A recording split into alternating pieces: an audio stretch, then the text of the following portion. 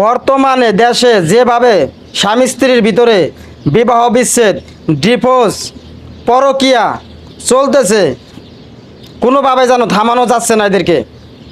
আমি ছোট্ট একটা টিপস দেব, যদি ফলো করতে পারেন প্রিয় ভাই প্রিয় বোন, আমি বিশ্বাস করি এবং মনে করি যে এই বিবাহ বিচ্ছেদ, ডিভোর্স এবং পরকীয়া অনেকাংশে কমে যাবে ইনশাআল্লাহ।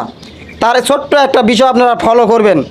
একজন স্বামী এবং স্ত্রী একে অপরকে একটু বোঝার চেষ্টা করবেন, তার চাওয়া পাওয়ার দিকে একটু খেয়াল রাখবেন, আর বিশেষ করে একটু একজন আরেকজনকে ছাড় দিতে শিখবেন। স্বামী অনেক অংশে অনেক সময় উত্তেজিত হয়, কিছু রাগান্বিত হয়, কিছু কথা বলে, কিছু কাজকর্ম করে, একটু ছাড় দিবেন। বা ভাই আপনার ওয়াইফে যদি এরকম করে সেম কাজ, আপনি একটু ছাড় দিবেন, তাকে বোঝানোর চেষ্টা করবেন, তার চোখের ভাষা মনের ভাষাগুলো একটু বোঝার চেষ্টা করবেন। ঠিক আছে, দেখবেন এরকম হারে পরকীয়া, ডিভোর্স, বিবাহ বিচ্ছেদ